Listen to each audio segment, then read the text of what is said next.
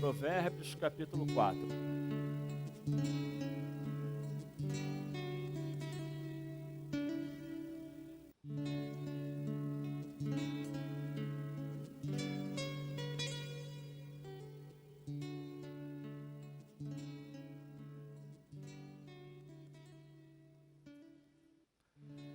Todos acharam? Vamos ler juntos a partir do versículo 23. Diz assim: tenha cuidado com o que você pensa, pois sua vida é dirigida pelos seus pensamentos. Nunca fale mentiras, nem diga palavras perversas. Olhe firme para a frente, com toda a confiança, não abaixe a cabeça, envergonhado. Pense bem no que você vai fazer, e todos os seus planos darão certo. Evite o mal e caminhe sempre em frente.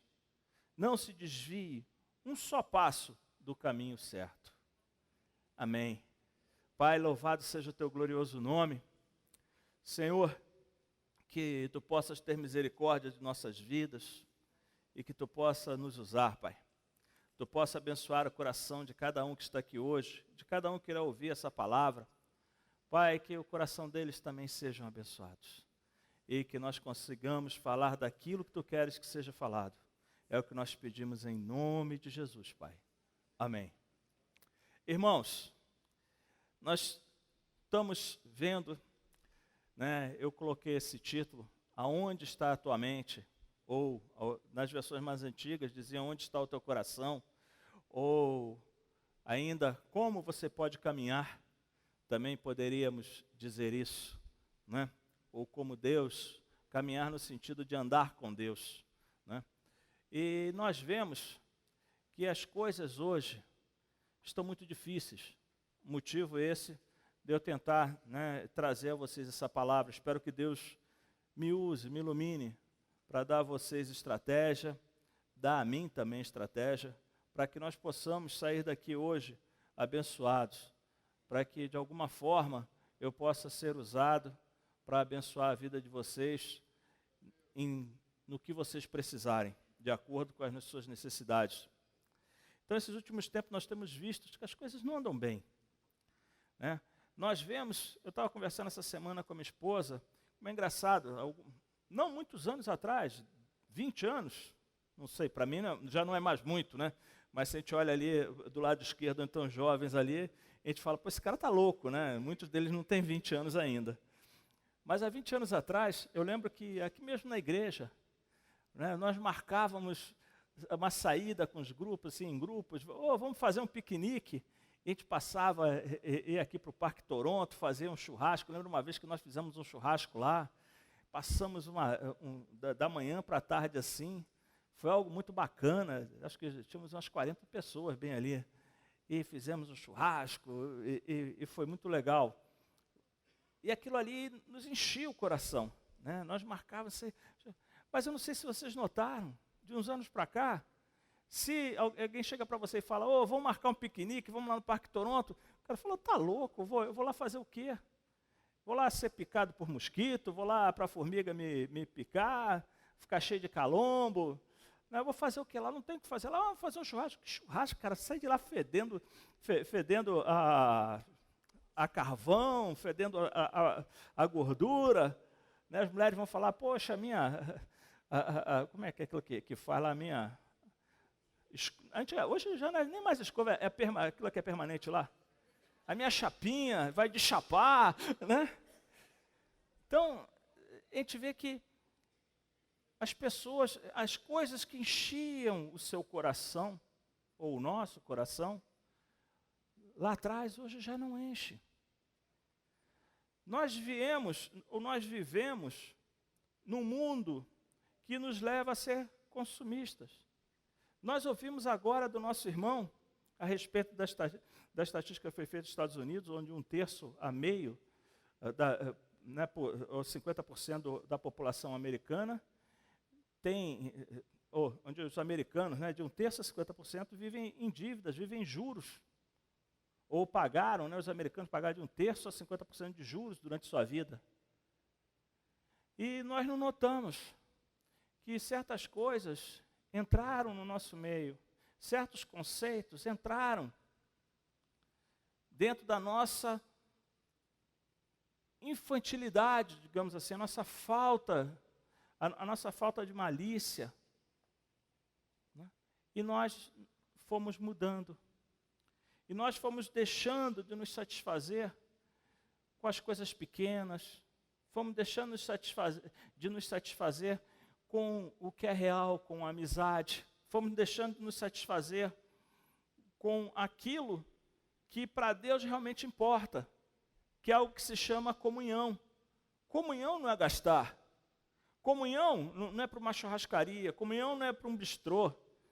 Comunhão não é sair e fazer uma viagem internacional ou nacional e se gastar até um dinheiro que não tem, só para estar junto com a pessoa. Isso não é comunhão. Isso pode ser divertimento, isso pode ser muita coisa. Mas não é, porque você vai nesses lugares e você pode olhar, você não tem tempo de conversar, você não tem tempo de trocar realmente uma ideia, você está no meio de outras pessoas, você não consegue se abrir, você não consegue falar uma palavra de Deus para o seu irmão, você não consegue ouvir do seu irmão uma palavra de Deus. Por quê? Porque você está no meio, você tem que mostrar sua postura, você tem que ter uma certa postura, você tem que ter uma certa forma de agir, uma certa forma de falar. Quer dizer, você não se desprende, se você sai, você não brinca, você não ri, você não extravasa. Então, o que isso por quê? Por causa de uma pressão de sociedade que foi criada, cobranças que foram criadas, aquilo que as pessoas chamam da maneira correta de viver, da maneira certa de ver, que hoje tem um nome que me fugiu agora, me perdoem, eu não tinha pensado nesse nome, e realmente o que eu escrevi não é o que eu estou falando, mas glória a Deus, porque é o que está vindo no meu coração e eu creio que é de Deus para vocês. E para mim também, é claro. Né? E nós vemos que se criaram formas de se viver. E hoje, cada vez mais, nós estamos ficando num quadradinho, num cercadinho, onde as pessoas dizem qual é a maneira certa de viver para nós. E quando nós começamos a olhar a maneira certa que eles dizem ser de viver, nós vemos que essa maneira certa não é a maneira que a Bíblia diz para nós vivermos. A Bíblia diz para nós nos reunirmos, a Bíblia diz para nós orarmos juntos, a Bíblia diz para nós andarmos juntos, a Bíblia diz para nós chorarmos com os que choram, para rirmos com os que riem. A Bíblia diz para que nós chamemos a atenção do irmão, que aceitemos quando o irmão nos chama a atenção. Agora hoje, lembrei a palavra, o politicamente correto, nos impede que nós sejamos quem? Até servos de Deus. Porque muitas vezes nós vemos que nosso irmão está indo para o inferno e não lhe chamamos a atenção, esquecendo que, por causa do politicamente correto, o sangue desse irmão virá sobre nossas vidas. Quando alguém se levanta e nos chama a atenção, nós nos emburramos, nós fechamos a cara. Ou seja, pela palavra que nós lemos, nós não estamos pensando como Deus quer que nós pensemos. Nós não estamos andando com a mente de Deus. Nós estamos vivendo uma vida para os outros. Vivendo uma vida para que os que estão à nossa volta vejam, e não uma vida onde nós somos honestos. Ou seja, nós temos vivido de uma forma desonesta, principalmente com Deus. E é sobre isso que Deus me colocou no meu coração para falar com vocês. Nós vemos essa parte de desonestidade muito grande. Né? Nós vemos hoje, a nível nacional, nós temos toda semana notícia de um escândalo. Toda semana a gente vê que alguma empresa está envolvida no escândalo, toda semana a gente vê que o governo está envolvido no escândalo, toda semana a gente vê que políticos estão envolvidos no escândalo, a ponto de dizermos que todos os políticos são corruptos. Sabemos que muitos deles não são.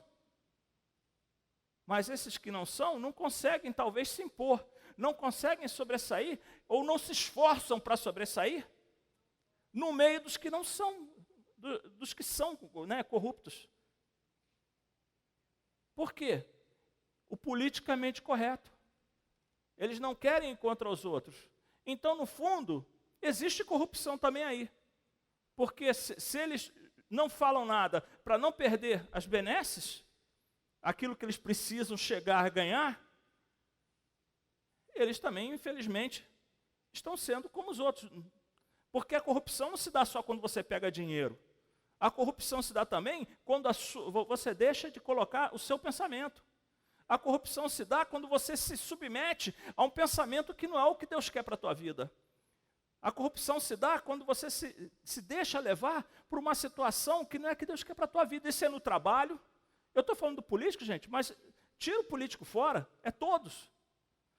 Porque quando você está no trabalho e alguém começa a andar errado, fazer alguma coisa errada, e você não fala, ou você aceita aquilo, não vou dizer nem não falar, que às vezes não dá para falar, né? Mas que você aceita aquilo, que a pessoa, que tem gente que chega e fala, eu não faço, mas não discordo de você. Você está sendo tão corrupto tanto quanto. Você está deixando de andar com a mente de Deus. Por quê? Você não precisa aceitar que as pessoas andem errado.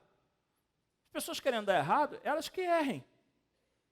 Mas quando vem a você perguntar, você que ama a Deus fala, olha, Deus não me ensina a fazer assim. Não é assim que Deus me ensina a fazer. Não é assim que Deus quer que eu faça. Então você não concorda com o que eu faço?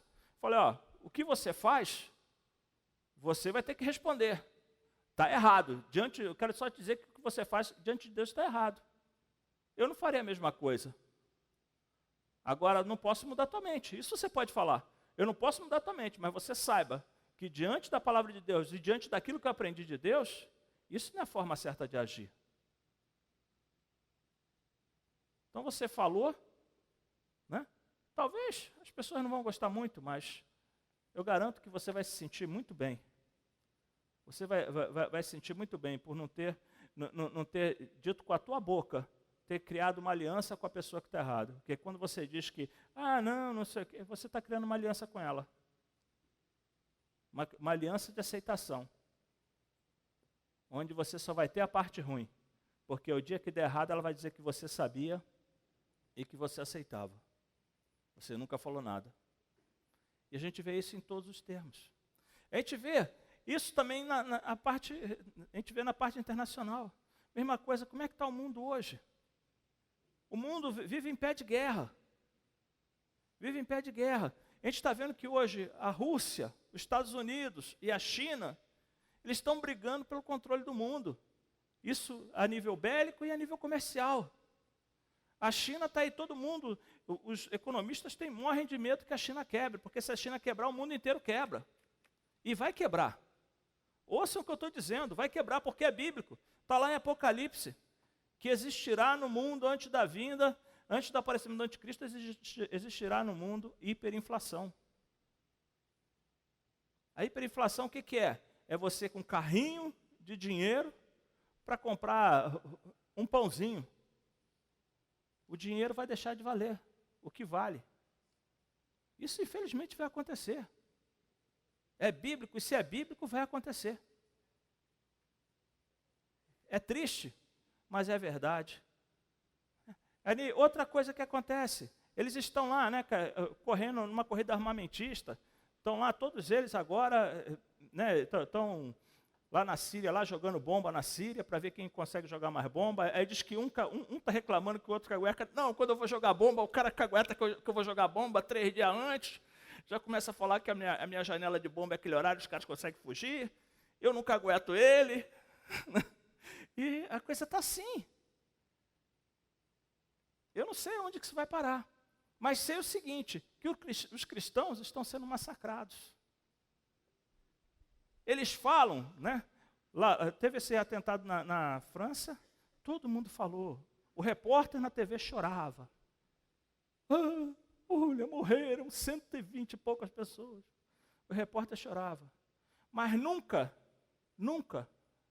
deram uma notícia de uma escola na África, que são várias escolas espalhadas pela África, cristãs, onde 200, 300 crianças são massacradas, são queimadas vivas. Nunca deram notícia do Estado Islâmico, que diz que joga as crianças para cima como uma bola e apara numa baioneta. E são outras crianças que têm que fazer isso. Nunca deram essas notícias, que se você for nas redes sociais e começar a procurar, você vai ver que lá fora é dada a notícia, agora aqui no Brasil não. Aqui no Brasil, a grande recordista, que se chama Rede Globo, só dá meias notícias, só conta mentira para você. E você fica lá na frente que quer assistir a novela, que só te leva para longe de Deus. Ensina você a ser corrupto, ensina você a ser trair tua mulher, trair teu marido, ensina você a estragar o teu casamento, ensina ao jovem a fugir do casamento, do compromisso que Deus preparou para ele, para abençoar a vida dele.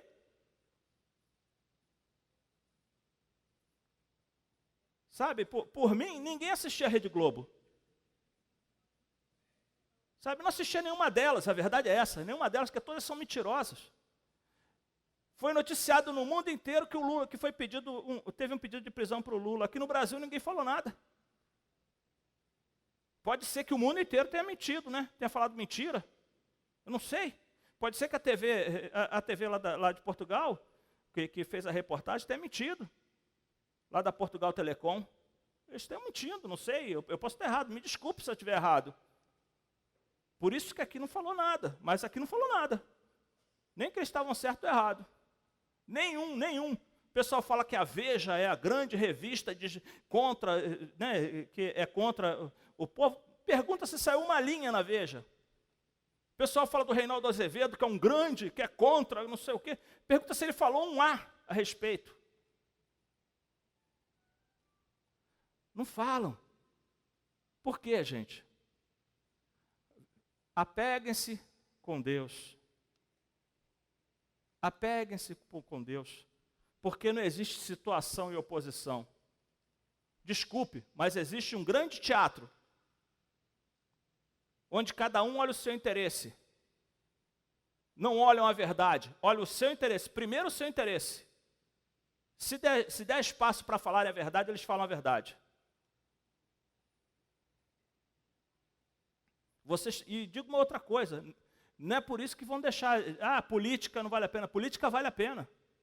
Você tem que ser um ser politizado, você tem que saber o que está acontecendo à tua volta. Então, nós temos que aprender a nos conduzir. Nós todos somos seres políticos. A Bíblia nunca disse que nós não seríamos seres políticos. A Bíblia não nos manda fugir das nossas responsabilidades. Ela diz que nós não devemos andar como o mundo, nós devemos estar separados do mundo. Mas nós vivendo no mundo, nós temos que ser exemplo. Temos que ser exemplos de bons cidadãos. A Bíblia fala que nós temos que ser bons empregados. A Bíblia fala que nós temos que orar pelo nosso país, que nós temos que orar pelos nossos empregos, orar por aqueles que nos dirigem. Nós temos que ser os melhores naquilo que fazemos. Isso a Bíblia nos diz. Mas a verdade é a seguinte, eu estou enchendo vocês de palavras e provavelmente muitos aqui sentiram o peso dessas palavras. Como sentem o peso de tudo que acontece. Porque essas coisas que acontecem são desestimulantes. São desestimulantes, são coisas que pesam sobre nossos ombros, pesam a responsabilidade. Quando a gente fala de desemprego, quando a gente fala de o país está deixando de crescer, o país está voltando para trás, está voltando a inflação, tudo isso, principalmente as pessoas que têm um pouco mais de idade, são mais antigos um pouco, começam a tremer. Porque começa a lembrar da década de 80, início da década de 90, que era uma coisa de louco. Era uma coisa de louco. Você recebia o salário, você recebeu o salário amanhã, hoje você já começava a correr. Se alguém aceitava cheque, antes de hoje, ontem, você já tinha começado a correr porque o seu salário vai cair amanhã. Então ontem você já tinha começado a correr para passar o cheque, para poder comprar. Você chegava lá e comprava porque você sabia que até o final do mês era todo dia. O cara tinha uma profissão, era o cara da maquininha. Você passava no tinha 3, 4 lá nos corredores dos mercados só fazendo clac, clac, clac, clac, clac, clac. Os caras eram craque, né? Era uma coisa impressionante. Tinha os caras, se você olhava assim, eles pegavam lá, caramba, era a produção dos caras. Eu acho que se eles ganhassem 1 centavo por cada tique daqueles que eles mudassem, os caras, no final do mês, faturavam. Porque o negócio, né, era uma produção, eram rápidos, né? Eram rápidos. Às vezes o cara estava colocando, você corria antes, tirava da mão dele antes, aí depois eles começaram a fazer tudo no computador, aí ferrou tudo. Mudava no computador, aí começou a briga, né? Começou aquela briga, não, mas na lata está isso, e o computador está mais caro. E toda semana era 8, 10, 12% que aumentavam as coisas. E o dinheiro não dava. O dinheiro não dava. Era tudo horrível, tudo difícil. Né? Veio lá em 92, aí veio o tal do confisco, né? Entrou a dona Zélia Cardoso de Mello. Chegou um dia lá e todo mundo começou a falar, vai confiscar. Não vai acontecer nada. Todo mundo acordou um dia, não tinha nada na poupança, não tinha nada em aplicação. O dinheiro tinha sido todo tomado, confiscado. A inflação era mais de 80% ao mês. E tudo confiscado. A pessoa... Alô? Aconteceu alguma coisa aqui. Desculpa, que de repente parecia que eu estava dentro de uma lata.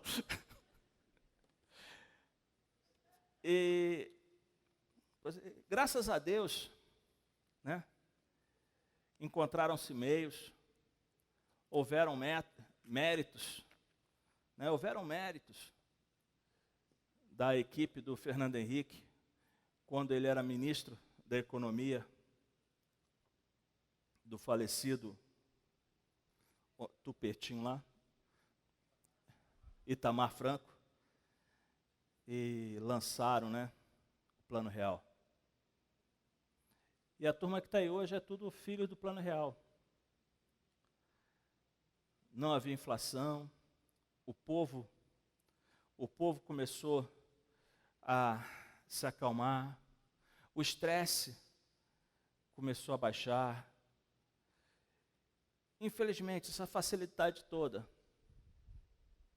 trouxe aquilo que eu falei.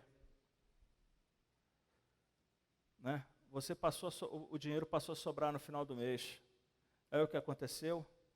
Muitos começaram a gastar mais do que podia, porque existia uma solidez. E muitos começaram a esquecer dos princípios que Deus nos dá, que dia 5, nosso irmão Walter vai falar a respeito. Muitos começaram a esquecer disso. Começaram a realmente a endividar, achando que isso era uma solidão, era algo físico e que estava plantado em nosso meio. Só que não era assim, né? No meio do caminho tem uma pedra, ou tem um PT. Tem um PT no meio do caminho. Né? Pessoas que há 40 anos, gente, há 40 anos estão lutando com uma gotinha d'água. Vocês não imaginam como é grande. Por isso, nós devemos pensar em política e olhar os que os políticos fazem. Eles não começaram em um dia. E não era nem PT, era PDT, se chamava PDT, PSB.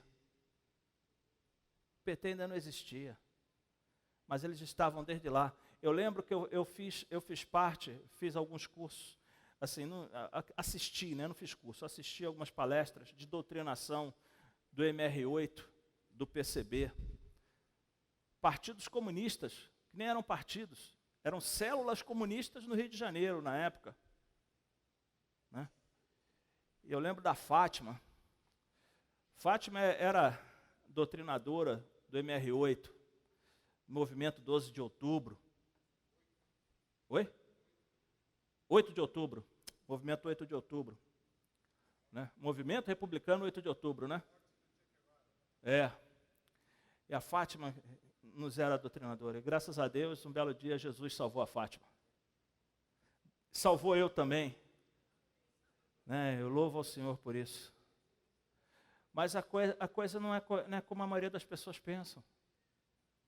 A coisa vai muito devagar.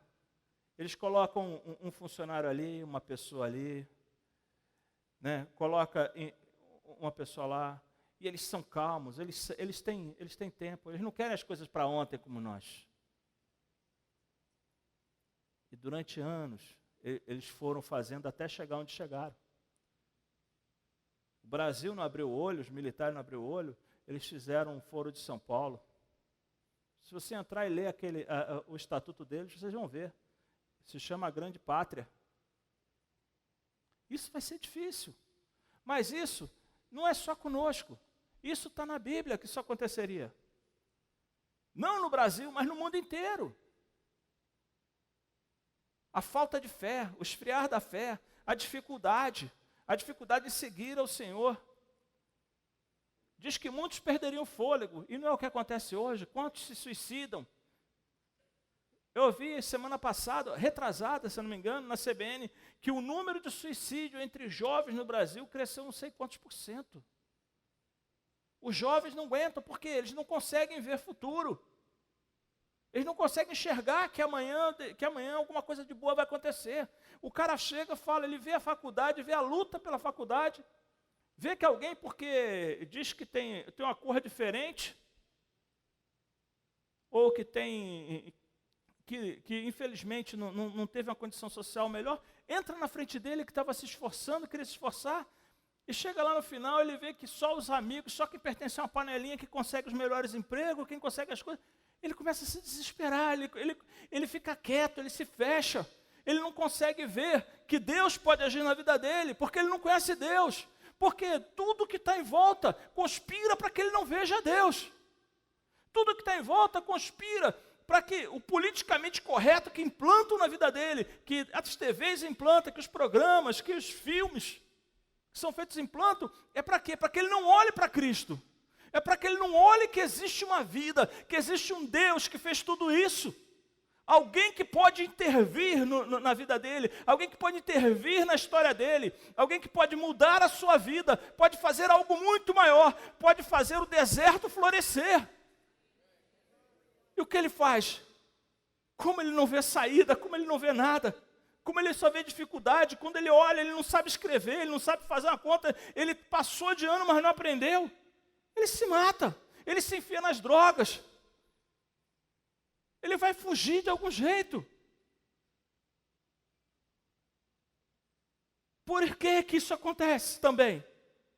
Porque nós que tínhamos que saber como andar, nós também estamos na solidão, nós também estamos no mesmo deserto, e muitos de nós não cremos que mesmo no deserto podemos florescer. Não cremos que no deserto podemos dar muitos frutos, porque o fruto não vem de nós, o fruto vem de Deus, através de nós. E é isso, irmãos, que Deus quer. É isso que Deus quer falar conosco.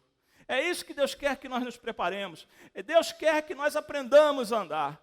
Deus quer que nós consigamos dar passos. Deus quer que nós tenhamos uma vida lógica.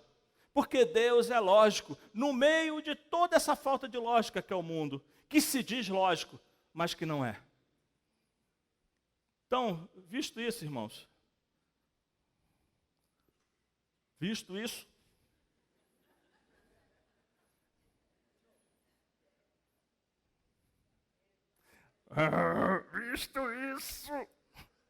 é na setinha, não é?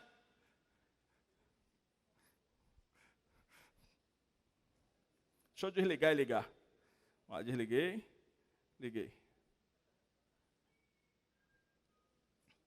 Irmãos, visto isso,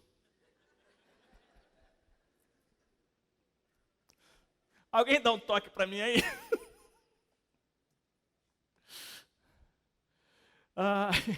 Opa! Não, vamos lá, de novo. Peraí, foi demais. Ih, caramba! Pronto.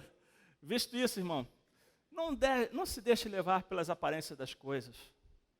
Busque a Deus para que Ele o conduza. Sabe, não pense que sempre o politicamente correto é o que Deus quer para a sua vida. Né? Não emita opiniões, sabe, sobre situações sem refletir e saber se é o momento certo. Normalmente, as pessoas que trazem notícias para você, isso é fofocas, né? Porque normalmente é isso, né? Elas tentam saber a sua opinião. Essas pessoas vão ser as mesmas pessoas que distorcerão o que você disser, tentando impedir que a bênção de Deus chegue à sua vida. Isso, quando você trabalha, é muito normal acontecer. Chama-se, né, a pessoa chega, se aproxima de você, aí depois vem o que o pessoal chama de puxada de tapete, né? Ou então o pessoal fala, né, como é caneta do anão, né? É a caneta do anão, é a rasteira.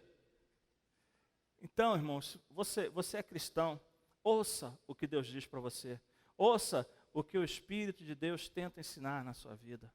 Nós vivemos tempos difíceis. Nós vivemos tempo em que as pessoas não respeitam umas as outras. Nós vivemos tempo que as pessoas são egocêntricas. Você não deve ser assim. Não é isso que Deus quer para a sua vida. Mas isso é o que está acontecendo. Então, não chegue emitindo opinião. Evite, principalmente o seu trabalho. Principalmente onde você está, no meio que você vive. Se é alguma coisa que condiz, você tem uma turma aí, alguma coisa que diz a turma, evita emitir opinião, principalmente sobre pessoas, ou sobre alvos, sobre projetos. Se não for a pessoa certa, se você sentir que normalmente o Espírito Santo parece que fala, dá uma cutucada na gente, né? Eu não sei, já sentiu isso assim, se as pessoas veem? Parece que a gente é cutucado, né? É algo que parece estar desafinado, né? Parece que dá uma desafinada. A pessoa fala com você e parece que dá uma desafinada, assim. Poxa, por que as pessoas querem saber isso? Então, Deus cutucou você, não imita, né? Vê o que a palavra de Deus diz, ó. Para a pessoa que tem compreensão, tudo é claro. E tudo é fácil de entender para quem é bem informado. O que é ter compreensão? É saber tudo a respeito? Não. É ter a Deus, é ter o Espírito de Deus, é ter comunhão com Deus. Porque se você tem comunhão com Deus, Deus te dá compreensão das coisas. Eu sou um cara muito afoito. Isso aí serve para mim em primeiro lugar, viu, irmãos? Porque eu sou muito afoito. Mas é impressionante como às vezes, quem convive comigo sabe, às vezes Deus me dá umas cutucadas que eu falo umas coisas que as pessoas até falam, pô, isso aí não veio do Jorge não. Por quê? Porque a gente tem que sempre buscar Deus. Principalmente quando você reconhece que você não tem força, quando você reconhece que você não é o bambambam, dependa de Deus. Aprenda a orar. Não entre no jogo de viver que eu chamo de falsidade. Não entre nesse jogo de fazer a média. O cristão não precisa fazer média, porque diz que nós vivemos sob a luz. Nós não vivemos meio na luz e meio na escuridão. E quem faz média está sempre entre um lado, está sempre meio nublado, né? Quem faz média sempre está meio nublado. E não é isso que Deus quer para a tua vida. Deus quer que você viva sob a luz. E quando a gente vive sob a luz, tem um negócio de bom. Que poucas sombras vão se aproximar da gente. Poucas sombras. Né? Então a gente vê o seguinte. Né? Escrevi mais um. A verdadeira compreensão é saber que Deus pensa a seu respeito. Ou a respeito da situação. Não se apresse em dar opinião. Veja primeiro se a pessoa que vai ouvir é a pessoa certa para ouvir essa opinião sua. Né? Se vale a pena ela saber o que você pensa, ou se irá usar isso para benefício dela e contra você. Isso não acontece? Isso acontece direto. Direto. Quem está negociando, quem está numa empresa. Tu quer ver isso acontecer? Quando você trabalha num setor e esse setor está para ter uma mudança. Aí o cara soube que, eles estão para promover fulano, estão para promover alguém no setor aí, vai subir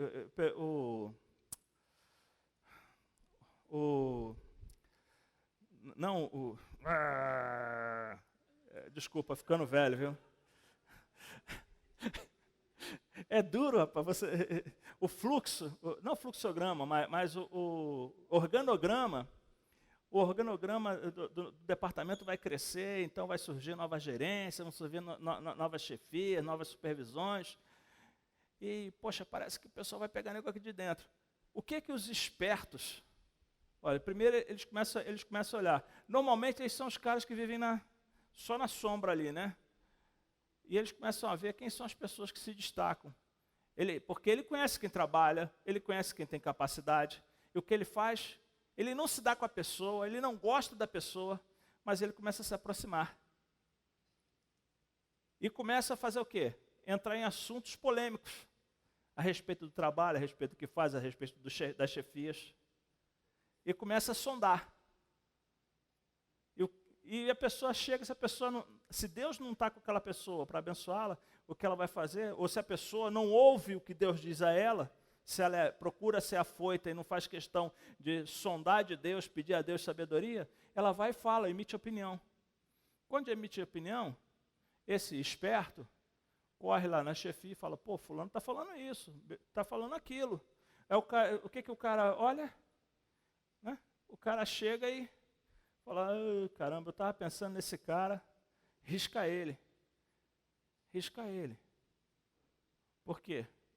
Porque ele não é uma pessoa de confiança. Isso é o que vai acontecer. Então, queridos, procure a Deus. A pessoa pode fazer planos, porém, é o Senhor Deus quem dá a última palavra. Tenha isso no seu coração. Peça a Deus sempre que dê a última palavra. Não se envolva em fofocas, não se envolva em comentários. Aonde quer que seja. E eu tenho uma triste notícia para você. Igreja não é lugar de gente sã. Igreja é lugar de pessoas doentes que querem se curar. Então essas coisas acontecem também na igreja. Estamos tudo, como diz o Valtão, estamos tudo na mesma bacia das almas.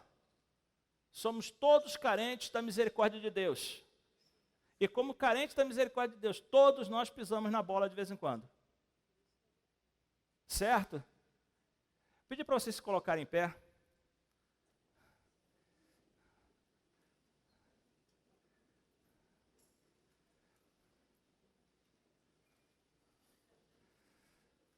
Faz assim. Por favor. Faz assim. Glória a Deus.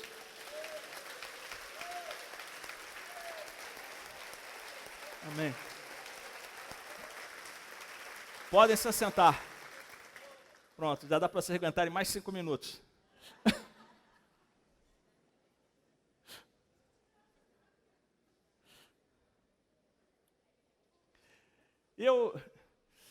Walter falou isso aí semana passada. Eu marquei e estou trazendo. Que é muito importante isso. Crer em Deus é importante, mas sua obediência a Ele mostra o quanto Ele é importante para você. Deus está tentando te ensinar.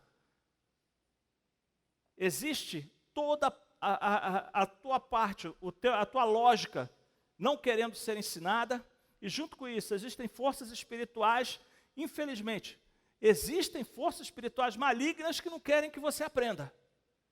Porque se você aprender, o que vai acontecer? Elas não terão mais espaço para agir na sua vida. Então lembra que a sua obediência a Deus mostra o quão importante Deus é para você. Então, como diz Deuteronômio 10:16, sejam obedientes a Deus e deixem de ser teimosos. Se renda ao Senhor. Se renda ao Senhor. E com isso, irmãos, como nós vimos a parte do tolo, né? Então, não seja como o tolo. Quem é o tolo? A Bíblia diz que é o nécio, é aquele que não pensa, é aquele que não ama a Deus. Nós vamos ver aqui, é aquele que diz que Deus não existe, né? Os tolos não dão importância a Deus. Vejam como se comportam as pessoas que não ligam para Deus. Geralmente parecem bobas, né? Elas, na verdade, elas estão sempre na bagunça, sempre fazendo uma certa bagunça, certas coisas. Por mais sérias que sejam, quando você olha para elas, você vê que elas vivem de uma forma meio desregrada. São meia bobas, né? Elas estão se prejudicando. Por esse sentido de bobo que eu quero dizer. Eles estão se prejudicando, estão ali, vivem desregrado, não pensam, não tem meio, né, querem, às vezes trabalham bem, às vezes têm boa amizade, tem tudo, mas você vê que eles estão se descuidando de si mesmo, da vida, da alma, né? E nunca se preocupam com o que acontece à sua volta. Normalmente essas pessoas, elas não estão nem aí, elas querem saber delas, são egocêntricas, elas não estão preocupadas com o que está acontecendo. Você chega e fala, poxa, você viu fulano? Poxa, fulano acho que está precisando. Ah, ele vai achar um jeito, ele vai achar o jeito dele. Deixa que ele se vira. Essas pessoas nunca se preocupam com o outro. Eu falo isso aí do amigo, não se preocupa do amigo, que dirá do inimigo. Do inimigo ele quer que se exploda. Né? Como diz o Justo Veríssimo, eu quero que o pobre se exploda. Né? Dizia lá o Chico Anísio, quando tinha o programa dele. Né? Ele quer que o inimigo se exploda. Né? Então a gente vê o seguinte, que tolos pecam e não se importam, mas os bons querem ser perdoados. Você vê, quando você tem uma notícia de alguém, que aconteceu algo que você não pôde ajudar a pessoa, como é que você se sente? É normal. Às vezes, né, a pessoa você não sente muito, mas se a pessoa é mais próxima a você, soube que aconteceu algo, você já se preocupa, fala, poxa, eu estava do lado da pessoa e não ajudei, eu estava do lado da pessoa e não sabia, às vezes até Deus não queria que você ajudasse, porque tem isso também. Porque às vezes Deus, foi o que o Walter tem ensinado aqui, faz parte dessa palavra, que às vezes Deus está provando a pessoa, mas você não se sente bem, porque você queria ter ajudado a pessoa. Os tolos não. Os tolos não estão nem aí. Infelizmente, eles não estão aí, eles estão aí só com eles. Você vê uma pessoa que é tola, até como ela trata a família. Como ela trata a família dela. Não respeita a mulher, não respeita os filhos, ou a mulher não respeita o marido, não respeita os filhos não respeitam os pais, não se reúnem, não oram juntos, não sentam para fazer suas refeições juntos, não conversam, uns não confiam nos outros, só chegam para pedir, um só chega para o outro para pedir, não chega para conversar, não procuram saber como é que está, como vai, como não vai. Vivem uma vida independente. Se casam apenas para ter alguém para dormir do lado e fazer outras coisas, né? E quando cansa também vai logo embora, não sofre. Por quê? Não foi Deus que uniu. Não foi algo planejado diante de Deus. Jovem, ore ao Senhor. Peça que Deus prepare a pessoa para viver ao seu lado. Porque, se isso não acontecer, infelizmente, você não será feliz. Coloque o teu futuro na mão do Senhor. Peça que Ele cuide, que Ele envie. Eu lembro que eu aceitei a Jesus, eu já tinha 24 anos, 25, e eu era muito preocupado. Eu não queria pecar. E eu era muito preocupado também em namorar e não dar certo. Eu queria casar, eu quero casar. A verdade é essa, eu queria casar, irmãos, eu não aguentava mais. Gente, como eu queria casar. Cadê o Roger?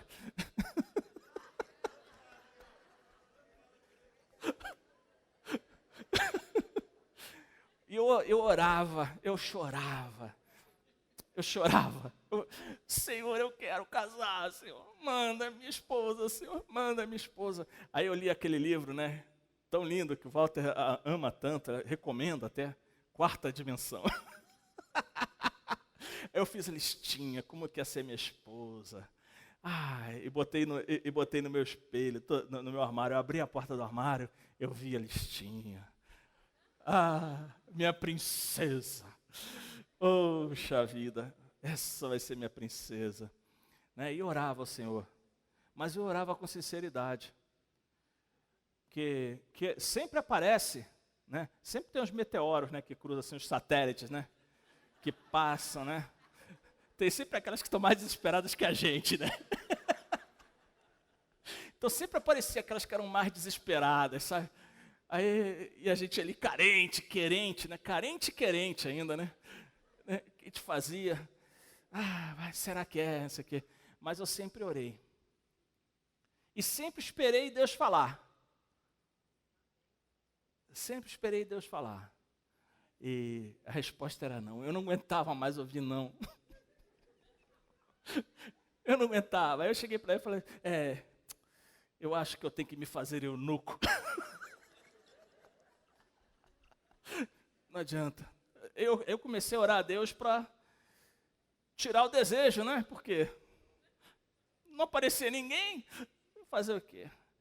Um belo dia fui um sábado, eu cuidava do som na igreja lá, e tinha uma reunião de jovens na escola, eu fui lá para montar o som. E terminei de montar o som, era pequenininho, talvez uma fileira dessa aqui. E fiquei na portaria, eu falei, eu vou ficar na portaria, recepcionando as pessoas que chegam. As pessoas chegavam, comentavam. Aí chegou o pastor Cassiano, pastor, não sei se está vivo ainda, gostaria que estivesse, né?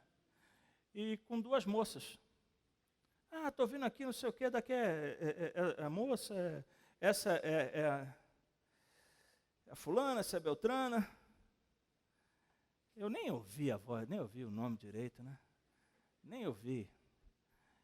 Tá bom, como vai, tudo bem? Por quê? Não era a fotografia que eu escrevi, sabe?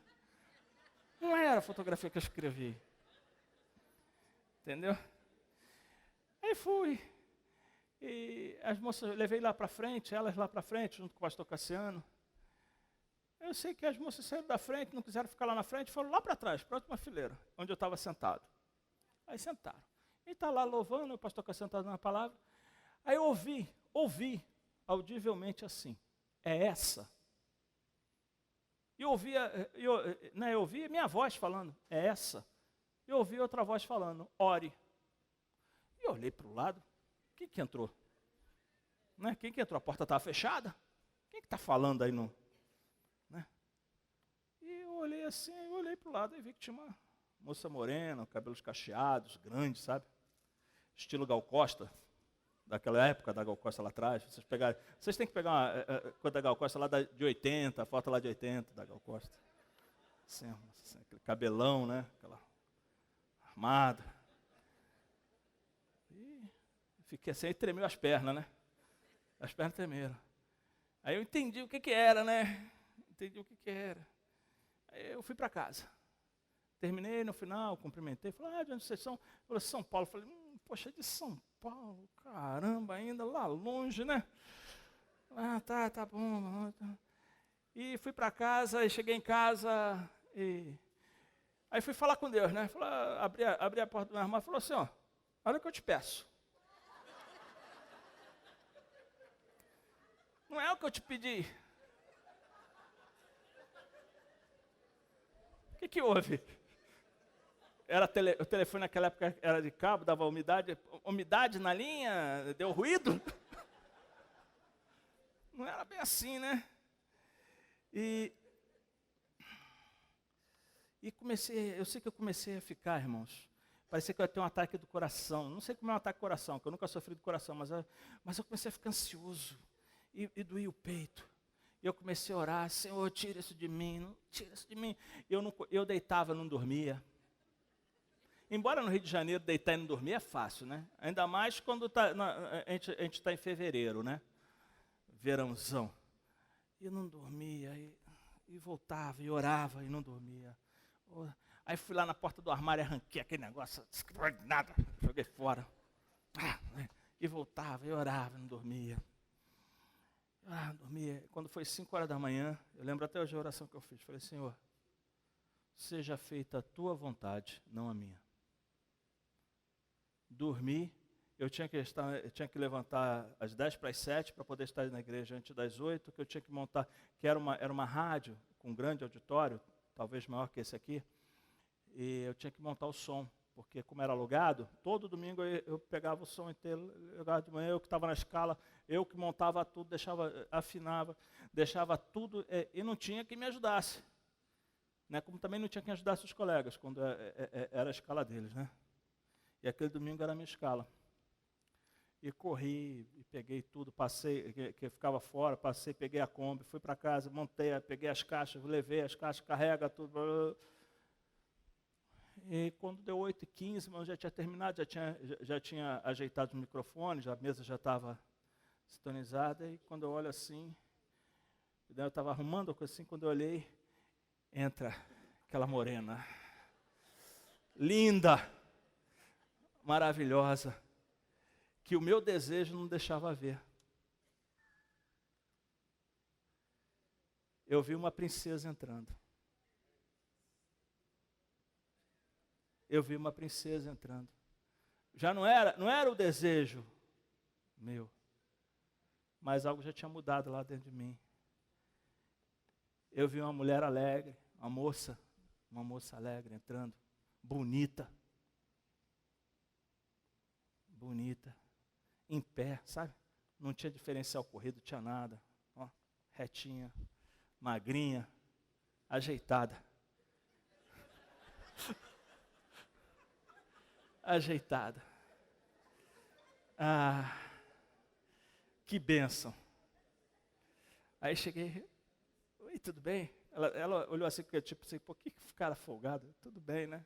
Ela não deu mole não, pensa que foi fácil, que teve risadinha, não teve nada. Seriedade pura. Bom.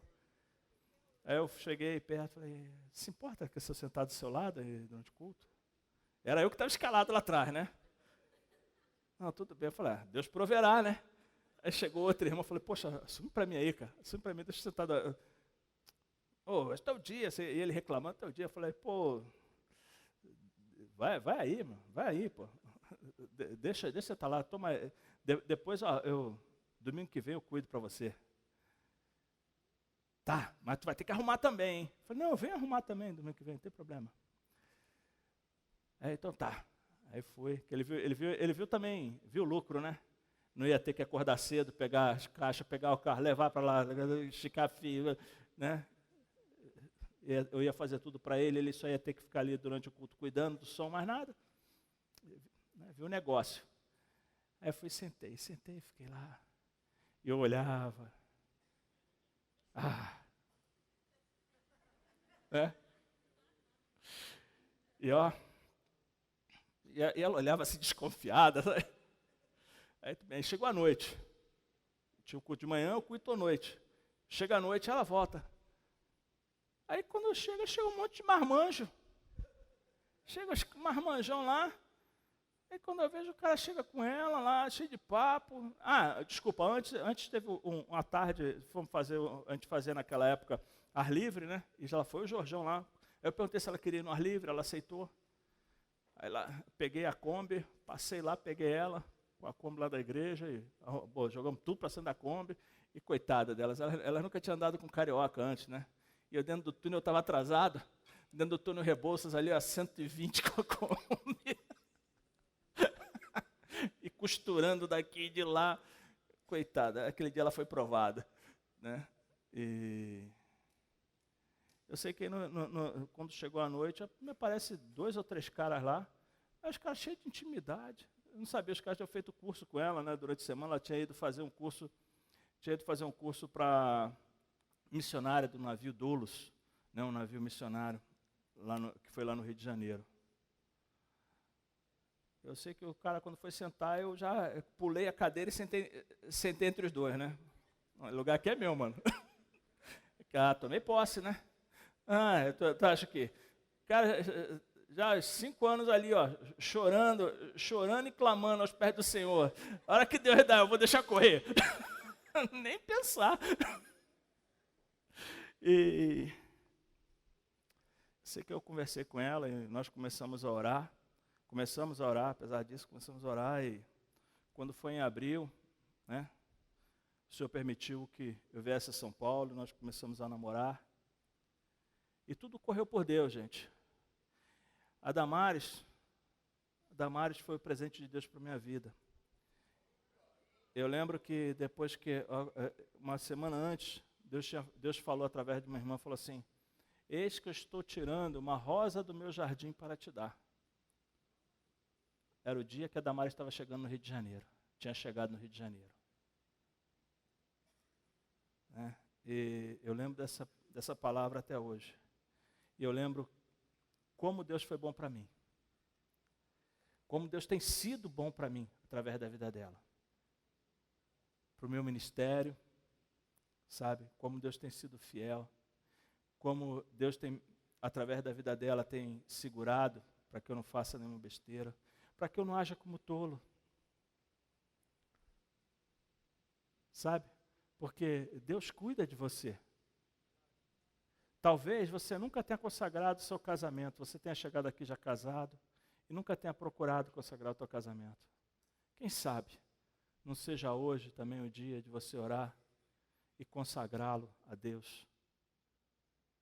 E pedir a Deus que você não haja como tolo para ela, para a sua família, e nem que ela também peça a Deus para que não haja como uma tola para você e para a família. Que vocês sejam um. Que um procure não o seu bem próprio, mas sempre o bem do próximo. A Damares sempre abriu mão. Eu posso dizer hoje, depois de 30 anos de casado, a Damares nunca quis nada para ela. Ela sempre me colocou em primeiro lugar. Eu não entendia muito, porque eu sempre fui muito romântico, mas não conseguia entender, né?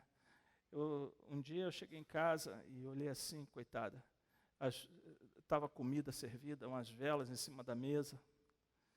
Eu falei, caramba, acabou a luz, liguei, bem, a luz já voltou, não precisa ficar com a vela aí não, coitada. Né, eu sou muito romântico, eu não tinha reparado que ela tinha feito jantar à luz de vela para mim, né? Mas até isso ela me perdoou. Né? Até isso ela perdoou, foi capaz de perdoar. Coloca na mão do Senhor teu namoro, coloca na mão do Senhor teu casamento. Não seja tolo. Não haja como os tolos. Acho que eu tenho que desligar. Passou? Então, os tolos também não dão importância a Deus. Tudo isso que eu falei, os tolos não estão nem aí. Foi o que a gente falou, são egocêntricos. Né? Veja como se comportam. As pessoas normalmente não ligam para Deus. Não, isso eu já tinha falado. É isso aí. Os tolos são corruptos. A corrupção é inerente a eles. Querem levar vantagem em tudo. É a antiga lei do Gerson. Né? Eles passam por cima dos outros. Eles andam com quem não gostam, sempre procurando obter vantagem. Mas o cara é teu inimigo. Não, ele é meu inimigo, mas ele tem algo que eu quero. Então, enquanto eu não conseguir, eu vou andar com ele. Você não viu isso? Quem nunca viu isso? Eu posso dizer que até os jovens, você vê isso quando você está no 2º grau, você já começa a ver isso. As pessoas andando com as outras para conseguir algo que quer. Então, a Bíblia diz o que a respeito disso? Os tolos pensam assim, para mim, Deus não tem importância. Né? Nas versões antigas fala, desonesta no seu coração, não a Deus. Né? Todos são corruptos e cometem justiças horríveis. Não há uma só pessoa que faça o bem.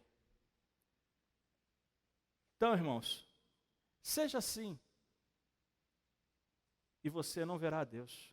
Seja assim, e você estará se afastando de Cristo e da salvação que Deus te deu um dia. Lute contra isso, e você verá Deus agindo sempre em sua vida. Os tolos cometem injustiças terríveis.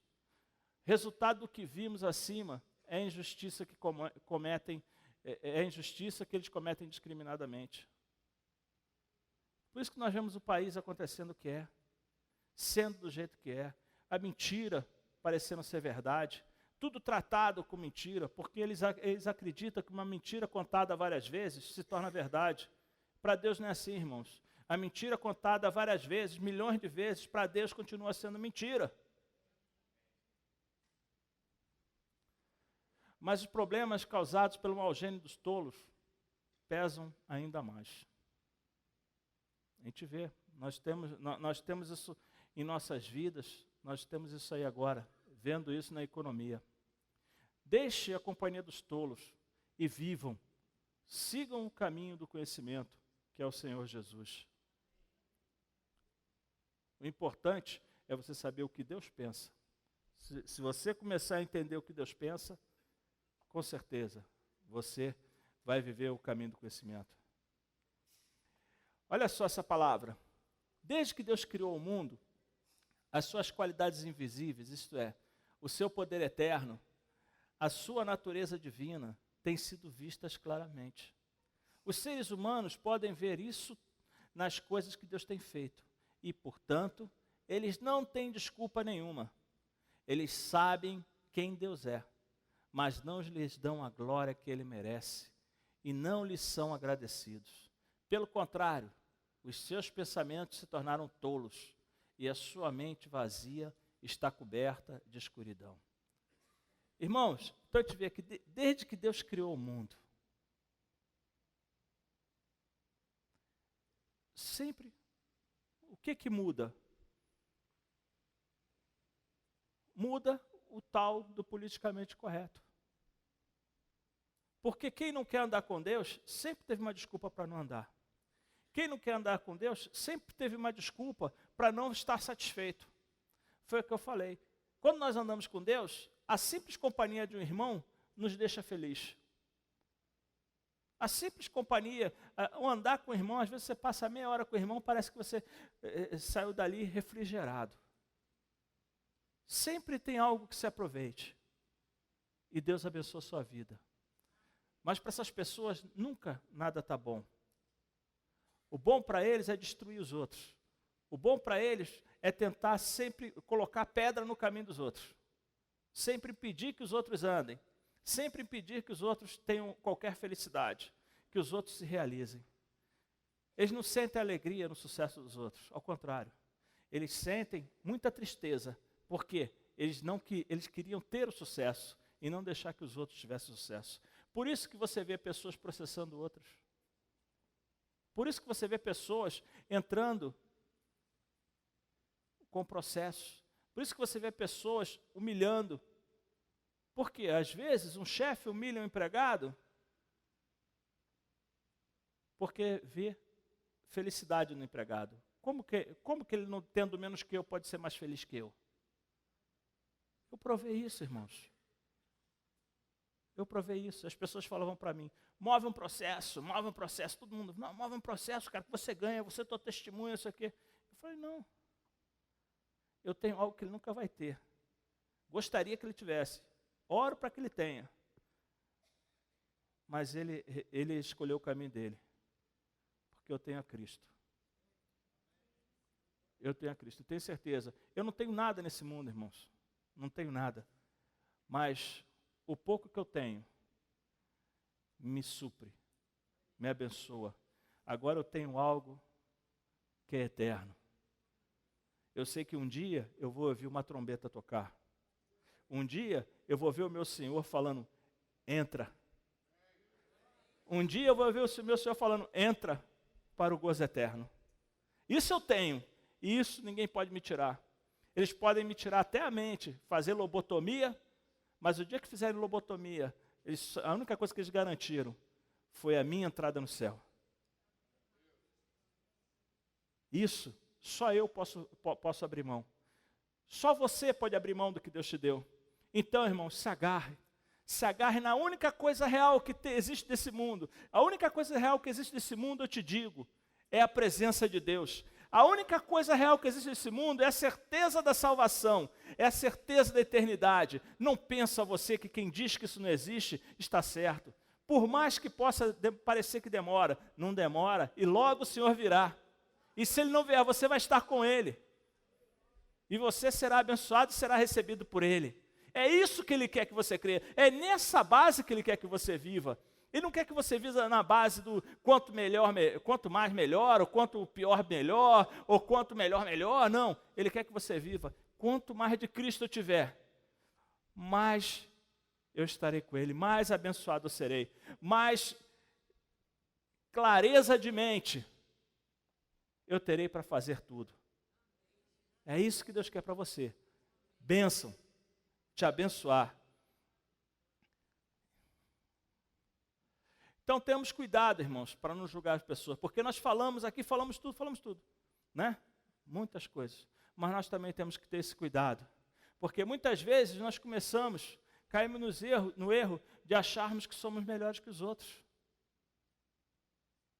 E nós não somos. A única diferença é que nós temos a Cristo. Mas isso não nos faz melhor. Ao contrário, nos faz devedor. E por sermos devedor, nós temos que lutar para trazer essas pessoas a Cristo também. Romanos ainda Paulo fala: meu amigo, não importa quem você seja, você não tem desculpa quando julga os outros. Pois quando você os julga, mas faz as mesmas coisas que eles fazem, você está condenando a você mesmo. Nós sabemos que Deus é justo quando condena os que fazem tais coisas. Mas você, que faz as mesmas coisas que condena nos outros, será que você pensa que escapará do julgamento de Deus? Eu não coloquei aí, mas 1 Pedro 4,17 diz que o tempo do julgamento de Deus é dado e começa pela casa dele. E que aqueles que conhecem a Deus recebem um julgamento maior do que os que não conhecem. O julgamento é mais severo. Mas volta a dizer, nós temos uma promessa que o mundo não tem. Amém? Glória a Deus. Vamos em frente. Que já passei, eu não imaginei que eu ia segurar vocês tanto tempo. Ou será que você despreza a grande bondade, a tolerância e a paciência de Deus? Você sabe muito bem que Ele é bom e que quer fazer com que você mude de vida. Mas seu coração é duro e teimoso. Por isso você está aumentando ainda mais o castigo que você vai sofrer no dia que forem revelados a ira e os julgamentos justos de Deus. Irmãos, que essa palavra não te encontre. E se por acaso você se encaixa nela, mude, porque há tempo de mudar. É tempo de mudar. Que o seu coração esteja em Deus, pois Deus se agrada de quem procura fazer sua vontade e andar em seus caminhos. Fuja da corrupção e da injustiça que desagradam a Deus. Irmão, nós falamos justamente sobre isso tudo. Você sabe o que é, você pode fugir. Procure a vontade de Deus, ela o tornará sábio e o aproximará de Cristo. Ore e peça que Jesus te aceite e te oriente. Aceite a orientação dele. Romanos 10:9 diz: se você confessar que Jesus é o Senhor e no seu coração você crê que Deus o ressuscitou, você será salvo. É o teu primeiro passo. Se você ainda não fez isso, querido, eu gostaria de te desafiar hoje a fazer. A dar esse passo. Eu demorei 1 ano conhecendo a Deus para dar esse passo. E foi impressionante, que foi um ano perdido, porque eu já o conhecia e não tinha feito isso. E quando eu fiz, a minha vida ganhou um impulso. Já viram o avião de caça? Né, que o cara está andando assim, ele joga-se para frente e acende aquela língua de fogo atrás, assim, que chama afterburner, que é o pós-queimador. Quando acende aquele negócio ali, o cara está lá dentro, é como se fosse um pontapé no traseiro. Né? Quando você tem um carro quadriturbo, que você pisa e entra os 4 turbos ao mesmo tempo. Você cola no banco e a impressão que dá é que ninguém segura. Isso é aceitar Jesus. É impressionante a sensação que dá de limpeza, a sensação que você tem de realização. Eu lembro quando aceitei Jesus, até hoje, foi uma terça-feira, no dia uma quinta-feira, dia 25 de abril, às 12h23, de 1979. Eu lembro até hoje, eu me ajoelhei e falei: Senhor, eu quero que o Senhor seja o Senhor da minha vida. Olha, fala assim, não, eu não vi anjo, não vi nada, mas a minha vida mudou. A minha vida mudou, o meu coração mudou. O desejo do meu coração, o vazio que tinha, sumiu, foi preenchido. A solidão foi embora. O sentimento que eu sempre tinha, que hoje o pessoal chama de síndrome, acabou. O Senhor encheu, não teve mais lugar. Momentos difíceis, eu tive, continuo tendo, todo mundo tem. Mas é impressionante que quando eu dobro o meu joelho e falo, Senhor, não me arrependo daquele dia. Nunca me arrependi daquele dia. E eu te amo, Senhor. E eu sei que o Senhor tem a resposta para mim. E que ela virá.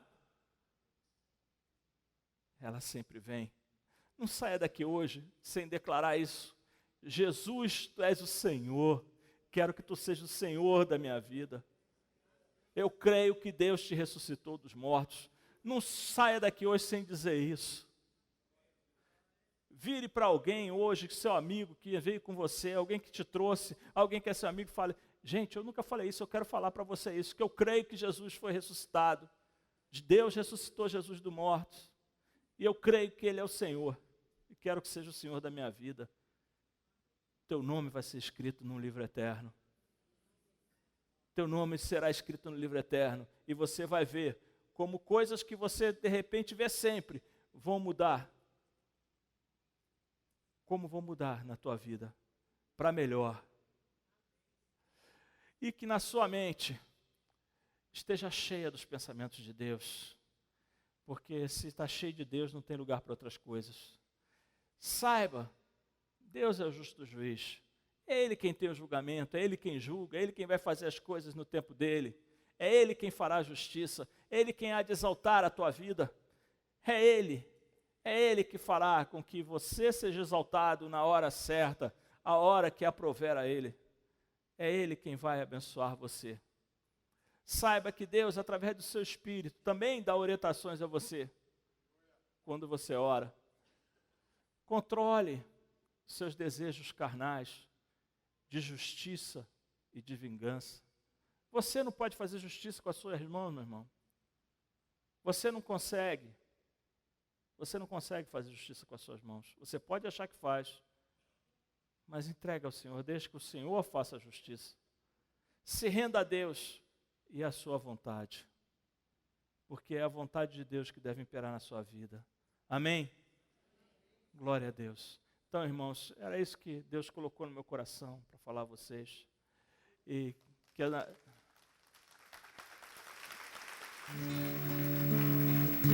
Deus abençoe.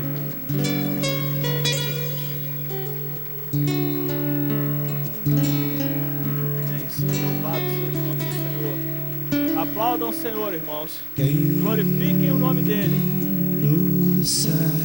Porque Ele é grande, Ele é grande. Tenho eu além de ti e na terra em quem tenho mais prazer. Não há outro Deus semelhante a ti, Senhor. És a minha